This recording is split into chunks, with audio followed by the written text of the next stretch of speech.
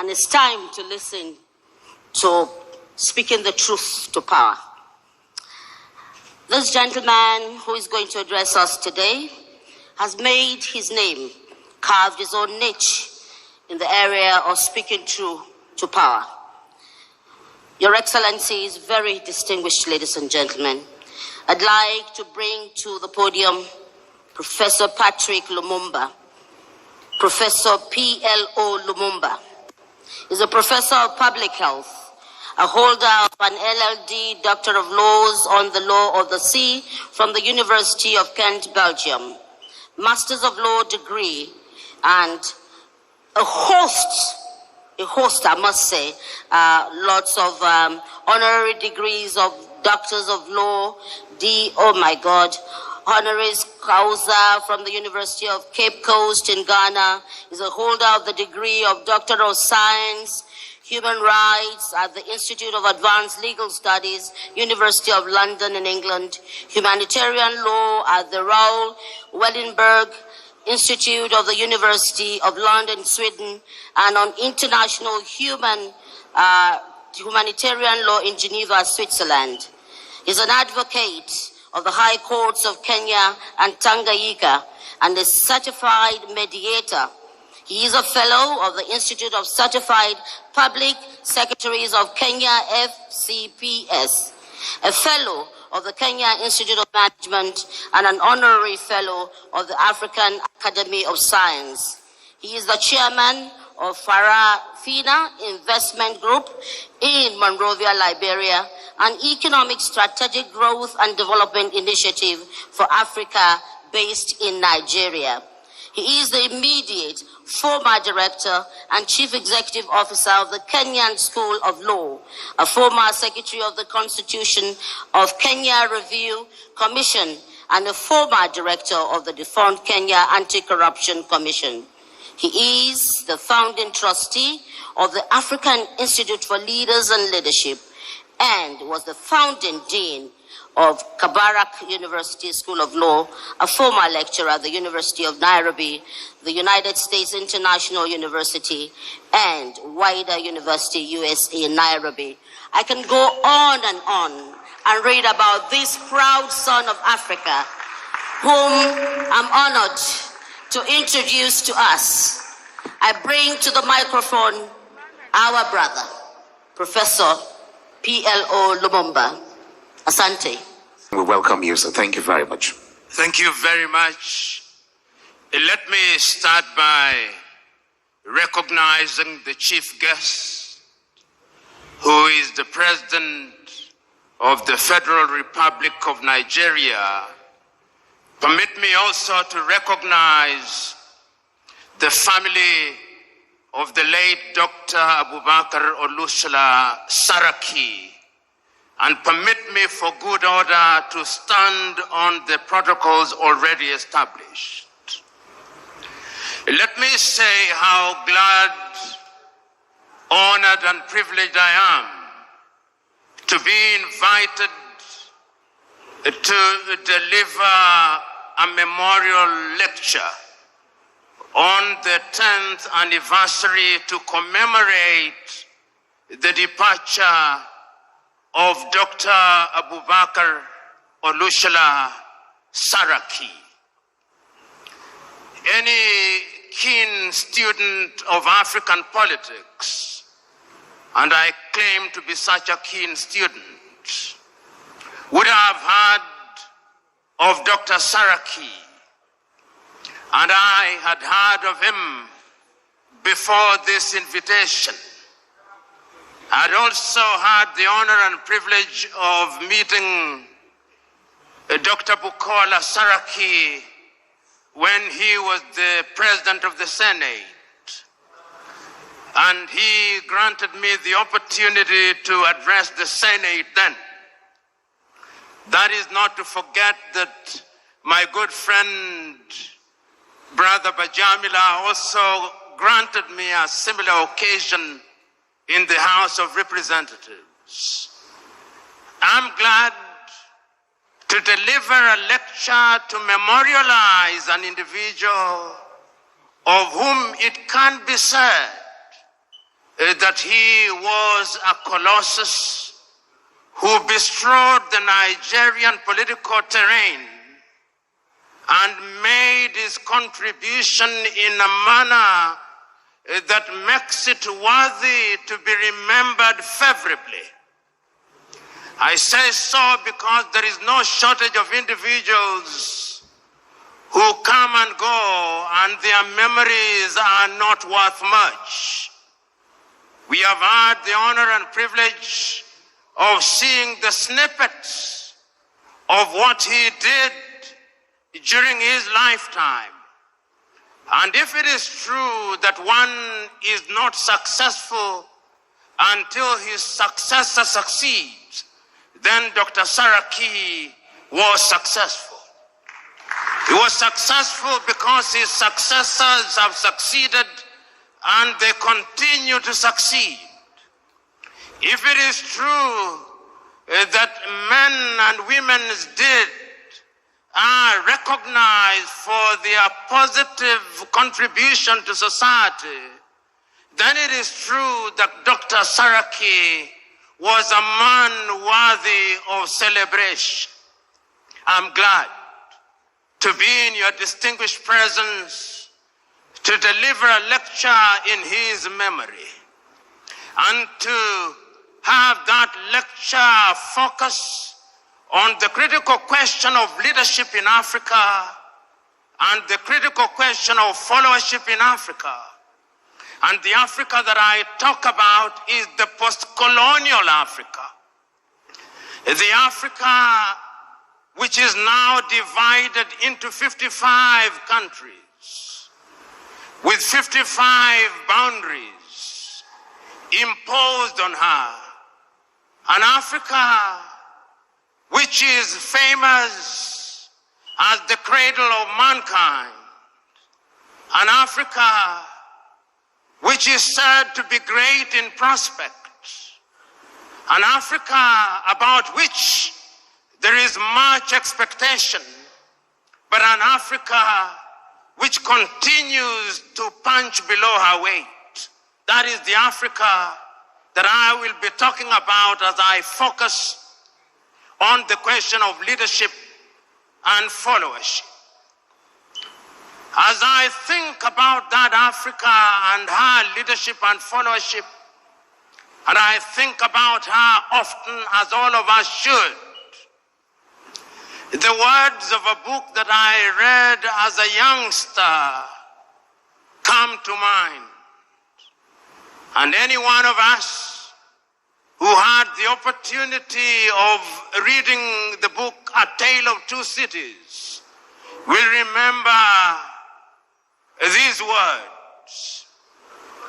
It was the time, the best of times and the worst of times. It was the age of wisdom and the age of foolishness. It was the epoch of belief and the epoch of incredulity. It was the season of light and the season of darkness. It was the spring of hope and the winter of despair. Those words define the mother continent as we live in her today. Those who commentate about the continent never tire to say that this is a great continent. Those who care about this continent never tire to remember that this continent, divided as she is, has had many leaders. And when I allow my mind to go down memory lane, I can remember so very vividly the immortal words of many great African leaders on the eve of our regaining our independence. And many of us can see pictures of young Africans, whether in Nigeria or Ghana or Algeria or Kenya or Tanzania, celebrating when we regained our independence. And many of us can remember the words that they spoke and the promises that they made. If it was in Nigeria here, you can remember the immortal words about what they would do to Nigeria of Nnamdi Azikiwe. You can remember those words. You can remember the words of Abubakar Tafawa Balewa. You can remember the promises he made. You can remember the erudite words of the Sultan of Sokoto, Ahmadu Bello, and the promises he made, and many others. When they spoke then, those who were young saw in them the similitude of Moses in the Bible. They thought of their leaders and saw their leaders as messiahs who would bedazzle latter-day pharaohs with miracles, who would liberate them from the Egypt of poverty and want, who would cause pillars of fire to stand between them and sorrow and want, who would part the Red Seas of tribalism and ethnicity, who in times of hunger would summon manna and quail from heaven. That is what they thought of their leaders, messiahs. But today, permit me to say, in many African countries, they are saying, it was better while we waited. It was better while we waited. There is a sense in which throughout the continent of Africa, there has been disappointment with leaders at all levels. So that when on the eve of independence, we wanted to come home, now that we regained independence, we never tire to see images of our young men and women dying in the Sahara, dying in the Mediterranean Sea, being humiliated at the embassies of the erstwhile colonizers as they seek to leave our countries and the continent. It was better while we waited, they say. Which begs the question, what happened and what is happening? That we have so many individuals who occupy positions of leadership, and yet the biggest deficit is that of leadership in Africa. You know, in 1983, your own countryman, the late Chinua Achebe, wrote a little book which he could well have been writing about Africa, but he focused on Nigeria, the trouble with Nigeria. And Chinua, without mincing words, says the trouble with Nigeria is simply and squarely a problem of leadership. Whether you agree or disagree with Chinua, that is another debate. But he had his perspective. And he was asking a question that we continue to ask about the continent of Africa. Why is it that while on average 60 years after we regained independence, the 55 countries that constitute the continent of Africa, why is it that we cannot feed ourselves?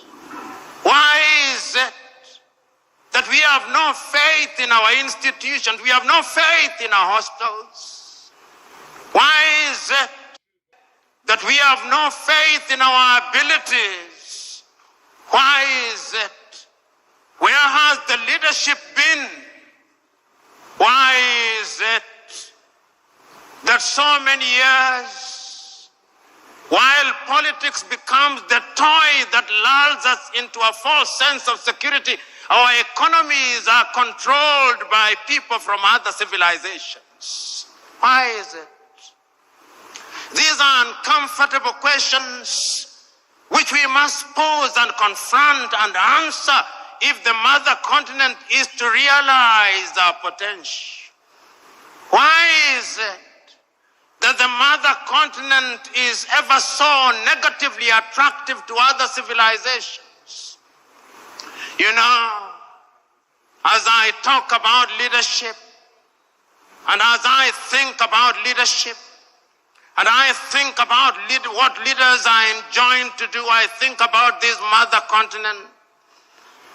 And many times, I see how our men and women in positions of leadership are being treated by other civilizations.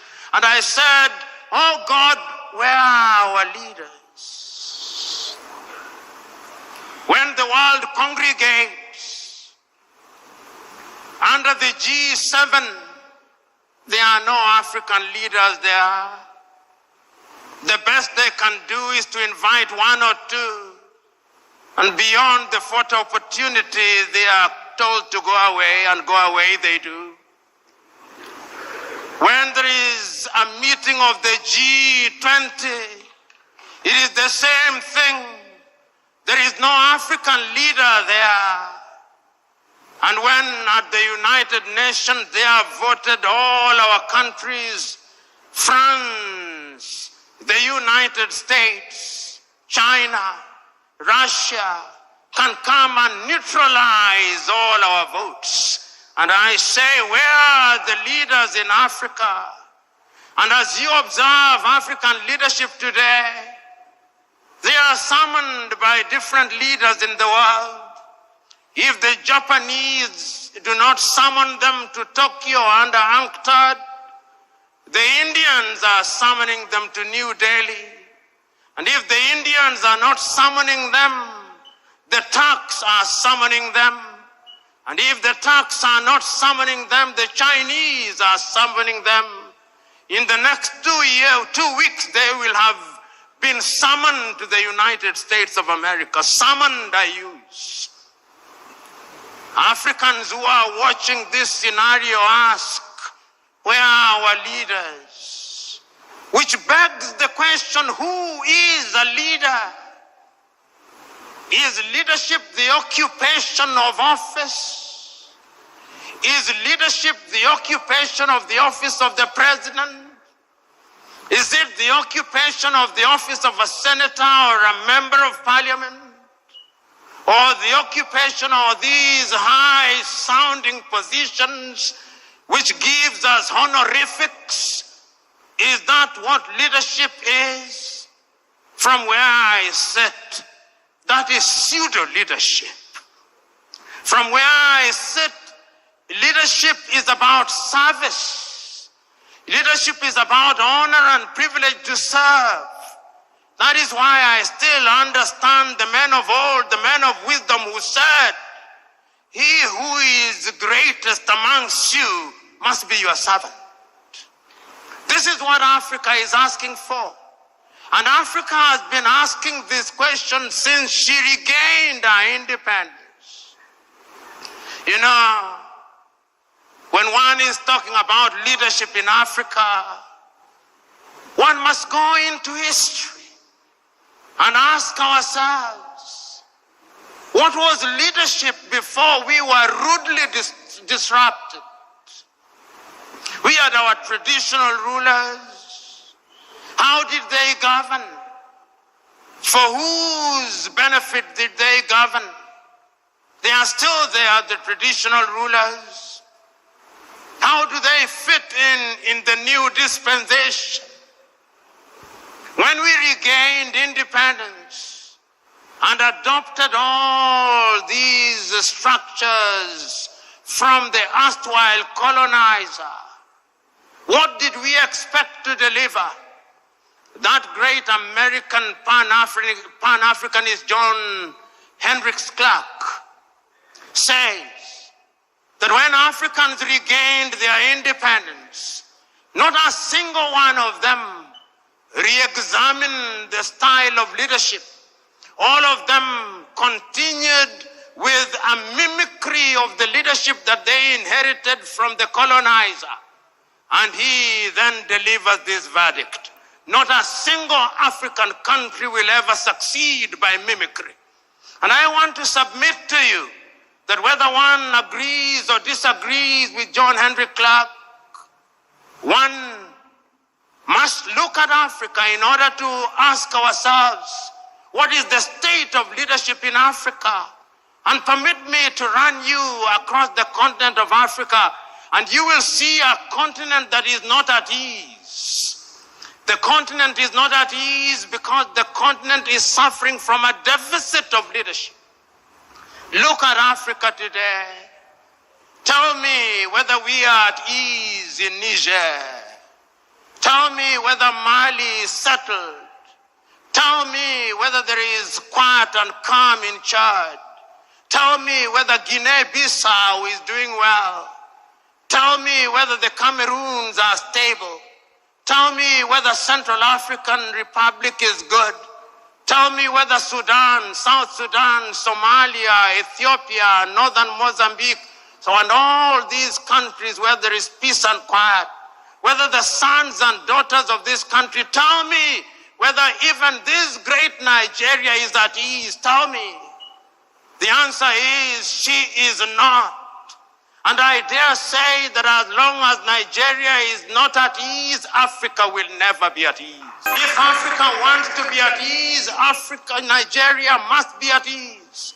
She is the largest economy in Africa. She has a population of over nearly 200 million people. One in every African is a Nigerian.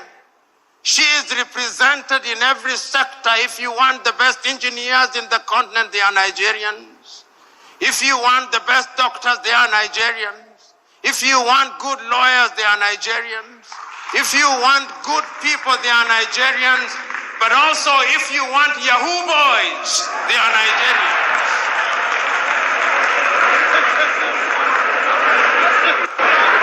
Nigeria is a great country. A friend of mine once told me that if you go to any part of the world and you do not find a Nigeria, leave that place, because there is nothing to do there. Nigerians are present everywhere in the world, everywhere in Africa, and Nigeria, I'm told, is a $500 billion economy. Never, ever be proud of that, Nigerians. This is an economy that should at least be a $4 trillion GDP economy. Whenever you reach that level, then I'll say Nigeria is doing the right thing. All the ingredients are there. The question is, why is it that she is not realizing our potential? When we talk about leadership, we must ask ourselves, why is it that despite the best intention of the best of us, we do not gain what we desire? You know, I said that when you look at Africa and leadership, you must go back to history. And you ask yourself what the leadership is. And we have looked at Africa that is not at ease. But yet there is a sense in which Africa has had and continues to have men and women of renown. I remember, courtesy of history, when Africa was struggling for our independence. I can remember that great meeting in Manchester in the United States of America, the Pan-African meeting. And history tells me that Nigeria was there. Chief of Bafemi Awolowo was there in 1945. And I can still remember his words spoken about African unity. I remember that Ghana's Kwame Nkrumah was there. And then we remember how they came back to the continent to lead the continent. And I am still wondering how in those days, without the benefit of the internet, without the benefit of all means of communication that we now have today, that those men and women were able to govern and to galvanize the attention of the continent of Africa for the sake of Africa. They were there throughout. But even prior to that, I can still remember another great African talking about leading Africa out of our state, the great South African Pixley Kaisa Kaseme in 1906 in Columbia in the United States of America, say Africa must be regenerated. When all these things happened, there were leaders in Africa at that time, and their mandate was cut out for them. Their mandate was to ensure that we broke the colonial chains, and we did. I remember,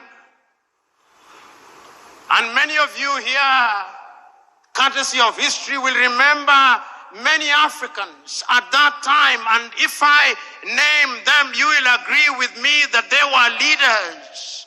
How many of you in this assembly will not remember Marcus Garvey and say that he was a leader?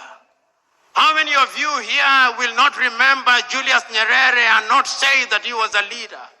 How many of you will remember Kaunda, Amilcar Cabral, Samora Moises Machel, Agostino Neto, Namdi Azikiwe, Abubakar Tafawa Balewa, Gamal Abdel Nasser, and many others, and remember that they were leaders who did not want to occupy political space because of material aggrandizement. They denied themselves. I so very fondly remember that when Kenneth David Kaunda left office, it was said of him that the only amount of money he had in his account was the equivalent of $5,000. That is what your current politician eats for breakfast. I can remember when Julius Kambarage Nyerere left office after 24 years, the only amount of money that he had in his account was the equivalent of 8,000 United States dollars. That is what your current politician uses for a single visit to a gymnasium. There were leaders who were selfless. They understood that it was an honor and privilege. They sacrificed their lives. They saw their positions of leadership as that of leading their brethren. They did not think that they were superior to the people they led. They thought it was a privilege and that they had the honor, and that because they had that honor, then they had to serve their leaders with distinction, with consistency. They were prepared to be questioned. They did not believe that they had the monopoly of knowledge and wisdom. They were leaders because they were servants. You know, I can still remember Julius Kambarage Nyerere speaking on the 6th day of March, 1997 in Accra, Ghana, on the occasion of the 40th anniversary of the independence of Ghana, under the subject, "Without unity, Africa has no future." Mwalimu recounts the history of Africa. He says, when we rose up against the colonialists, our agenda was cut out for us. We, the Africans, had been humiliated in our own lands. Our people had been denied the opportunity to realize their potential. Our mandate was one, to expel the colonizer. We did our bit. We made our mistakes. But who said we were infallible? This struggle is an intergenerational struggle. The next generation after us had the duty to pick up the baton and to run the next leg. The question is, did that generation pick up the baton?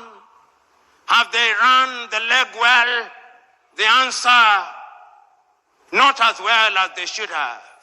Because we must never make the mistake of assuming that African leaders have done nothing. No, that would be too harsh. I think attempts have been made, whether in Nigeria or in different parts of Africa, to liberate ourselves from the chains and sorrows of the colonial project. But remember, as Kwame once said, the colonialists never left. He is alive and well. He still wears different masks. And those masks may appear to camouflage him, but they are here. Have you ever wondered why, when the British left their colonies, they created something that they called the Commonwealth of Nations, to which Nigeria belongs?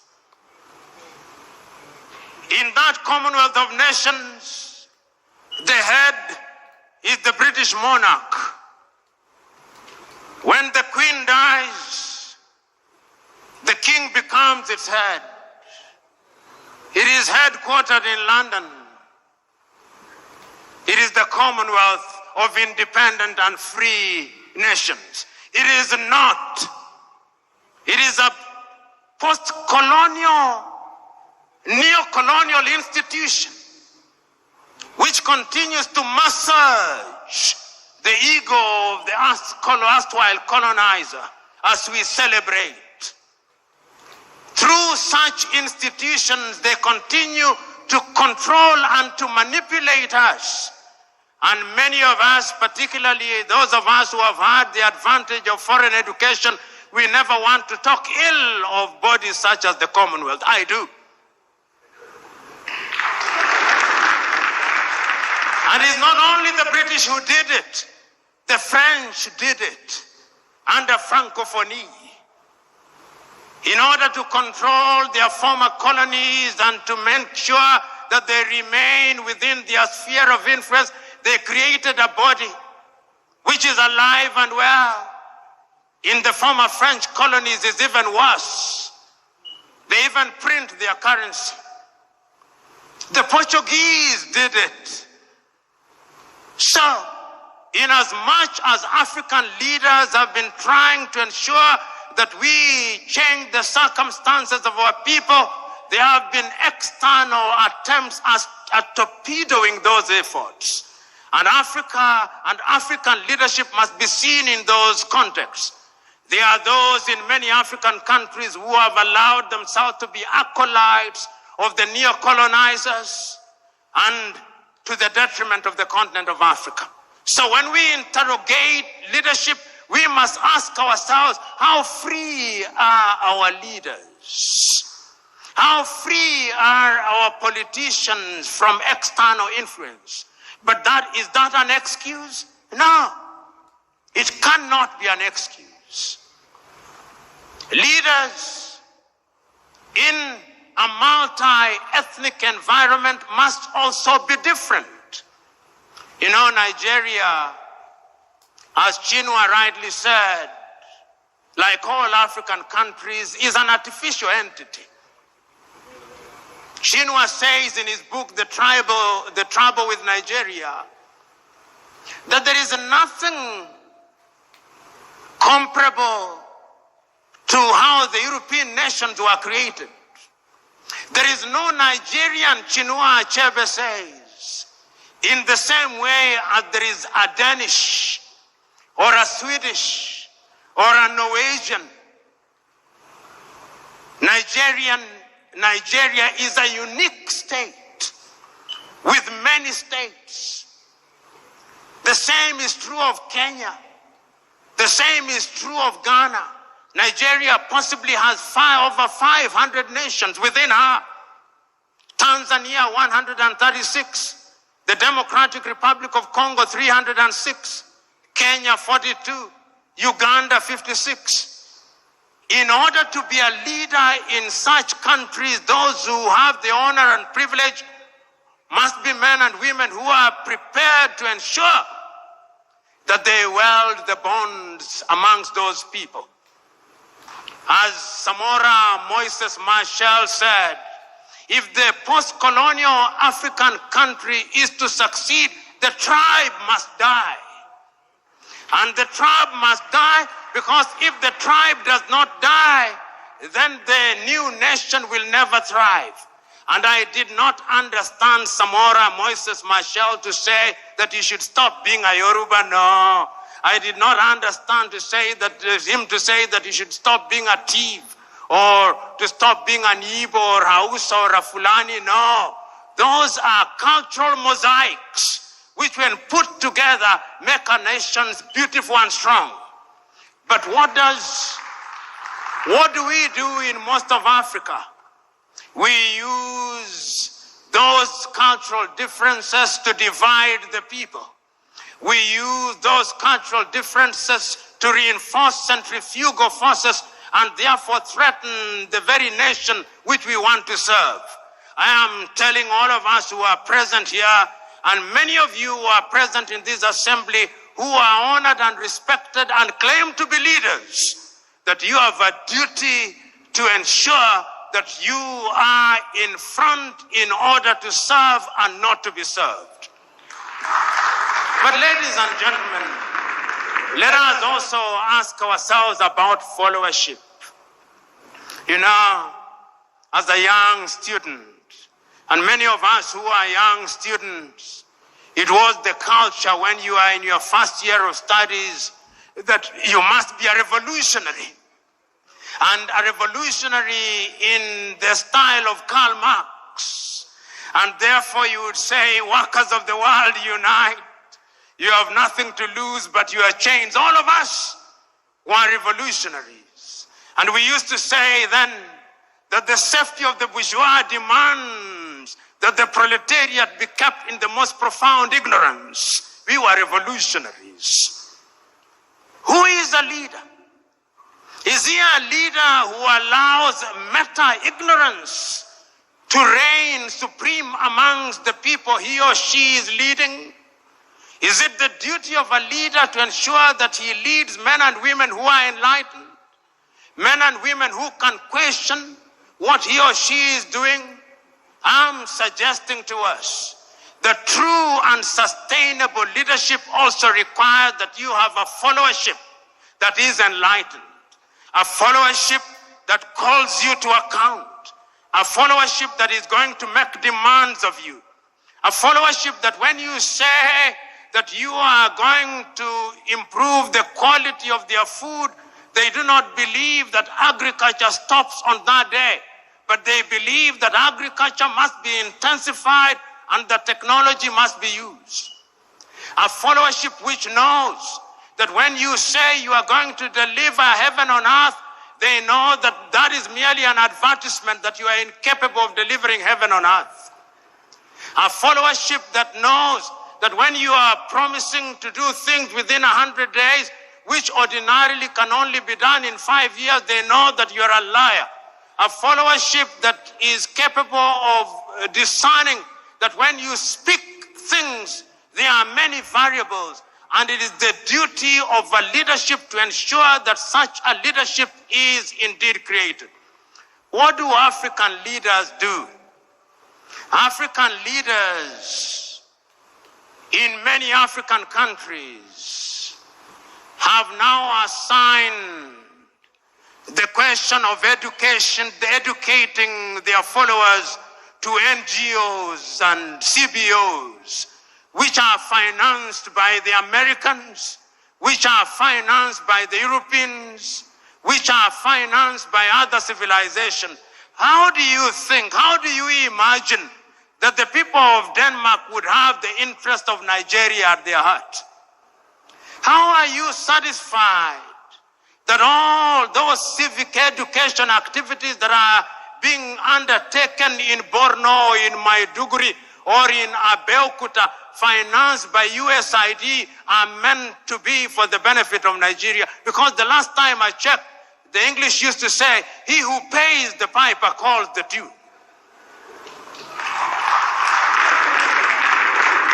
So today, when you look at most of Africa, we have a followership that is tuned from outside. It is not a followership that is tuned from inside. And you wonder why they behave the way they do. They behave the way they do because they are being tuned by other civilizations. 3 years ago, an old friend of mine, now gone to be with the Lord, was engaged in a conversation with me. And I was complaining about the leadership, and he told me, I hear you, young man.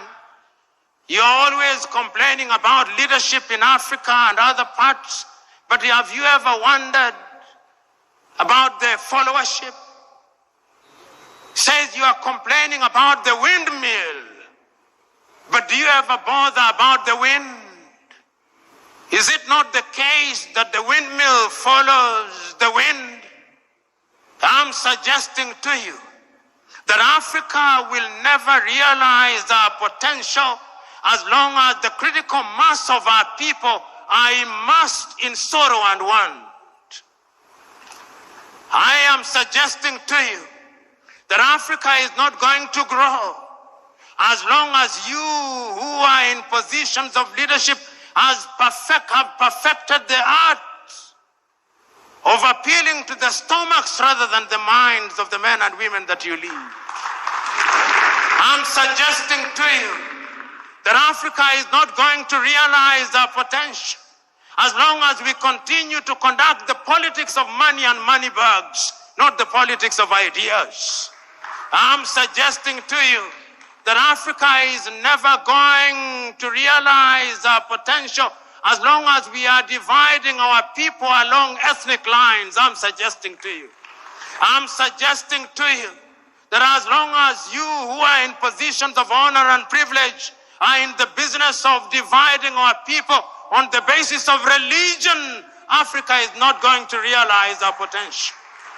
I remember in 1982, I watched a movie about Mahatma Gandhi, and I remember that great man saying in one of the scenes in the movie that he remembers one day when somebody who was more enlightened than the other preachers came, and he said that on that day he saw that preacher reading from the Muslim Quran on to the Christian Bible, on to the Jewish Torah, on to the Hindu Gita, and on to incantation in African religion, as if it did not matter which book was being read as long as God was being worshipped.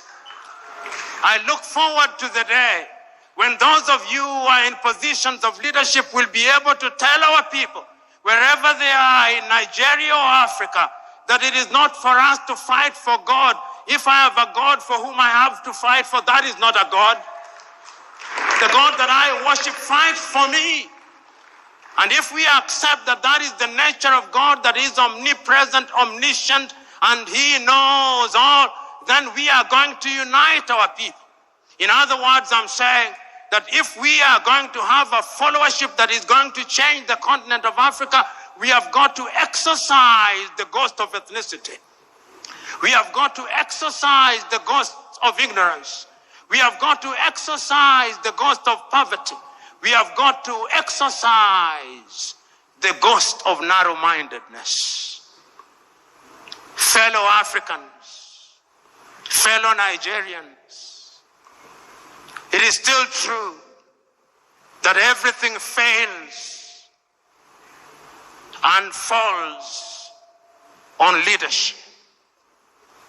It is true that we men and women are in unique positions. Abubakar, Olusola, Saraki was present on this earth. Like all of us, he had his coming and his going. Today we are gathered here to remember him because, as South Sudan's John Garang de Mabior once said, as you walk the journey of life, there are two baskets that you fill by your words and deeds, whether wittingly or unwittingly. The basket of good deeds and the basket of bad deeds. And that at the end of it all, when we weigh those baskets, let it be said of you that the basket of good deeds outweighs the basket of bad deeds. It would appear to me that the late Dr. Saraki's basket of good deeds far outweighs his basket of bad deeds. And that is why we can say, without flinching and without equivocation, that he was a colossus. That is why you call him fondly by the moniker Oloye. That is why you are gathered here on a Monday morning to pay homage to him. Now I can see Saraki upstairs through imagination. I can see him asking us, who we are present here today, oh dear Nigerians, it is 10 years since I left you. Where are the leaders? I can see Saraki asking the president of this country, how have you served, Mr. President? I can hear him ask the vice president, how have you served? I can hear him asking the senators, how have you served? I can hear him asking the members of the House of Assembly, how have you served? I can hear him asking the governors, how have you served? As to how they have served, that is not for me to say. It is for them to say. But I can also hear the great Saraki asking the Nigerians, how have you been served? Have they given you food? I can hear him ask. Have they given you fuel? I hear him ask. Have they given you electricity? I hear him ask. As to whether they have been well served, it is not for me to say, it is for them to say. In other words, the great Saraki is asking both leaders and the led, have you demanded and have you served? And the leadership that I hear him, the great Saraki, asking of us is a leadership where we are united. Not the unity of the graveyard, whose lingua franca is silence. No, it is the unity of those who are seeking to do good. Those who are seeking to do good, those who ask with the firmness that will open the eyes of the leader without inflaming their anger. I can hear it being said. You know, as I conclude, I remember this story. A story that must be known to you is a story about leadership, which must be contradistinguished from human leadership. It's the story of a shepherd or the story of a poultry farmer. But I'll start with the story of a shepherd. Many of us from the north are famed for cattle keeping. And when you are driving the cattle through different grazing grounds, the cattle believe that you love them so much because you protect them from the elements, because you protect them from other wild animals. But if the cattle were to know that you are the one who would end up eating them, they would treat you very differently. Invariably, they do not know, and therefore you will continue controlling them the way you do, and you will continue eating them the way you do. But it's a totally different case when you are leading human beings. They are not like cattle. You may lead them in a particular direction. You may think that you have lulled them into a false sense of security. You may think that you have deadened their minds. But always remember that one day, if you don't do that which is good and right for your fellow men, there is a day of reckoning. There is a day of reckoning, and history has demonstrated that it can come in the twinkling of an eye. History has demonstrated that kings have been toppled. History has demonstrated that presidents have been removed. History has demonstrated that great men have been cut down. History has demonstrated that men can rise when they are misled. History has demonstrated that men are indeed capable of rising up.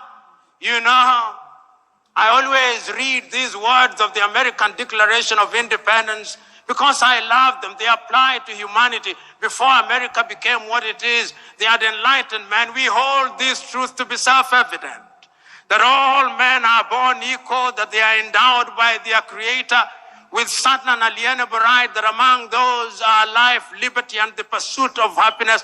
And it is for this reason that governments are instituted amongst men. And that when those governments fail to perform, it is the duty of those people to rise up and to remove such governments.